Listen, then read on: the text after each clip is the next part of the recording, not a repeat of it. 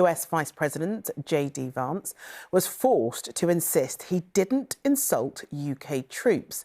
In an interview broadcast overnight, Vance ridiculed plans for a potential peacekeeping force to be deployed in Ukraine. MPs and veterans said that was deeply disrespectful to the hundreds of British troops who died fighting alongside the US in Iraq and Afghanistan. Here's our political correspondent, Romilly Weeks. Things move quickly in Trump's White House, days after the Prime Minister's visit. Let's go, JD. We're putting you on stage. His Vice President has gone from warm words to spraying insults, seemingly directed at the UK's ability to keep the peace in Ukraine.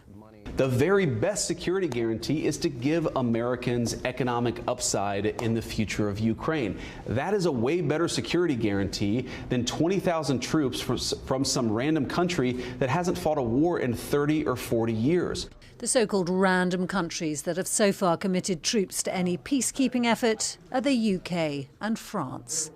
Attempting to erase the UK's proud history of fighting beside US forces in Afghanistan and Iraq with the loss of so many lives has enraged military chiefs.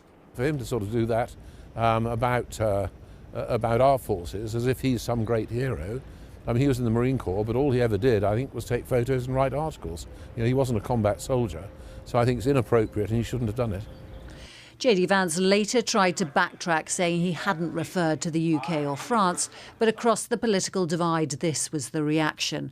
The former Veterans Minister calling him a clown, the Shadow Defence Minister saying the comments were deeply disrespectful, and Labour MP Sean Woodcock accusing him of shameful ignorance. The damage in the eyes of many MPs who've served themselves already done. I served in Iraq in 2004 and I was there a year after 6 members of my own regiment, the Royal Military Police, were murdered. So for JD Vance to make comments like that is completely disrespectful for families and veterans in the armed forces.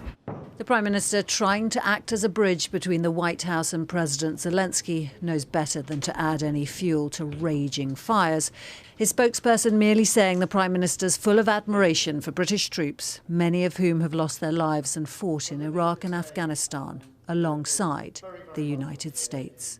Romilly Weeks, ITV News.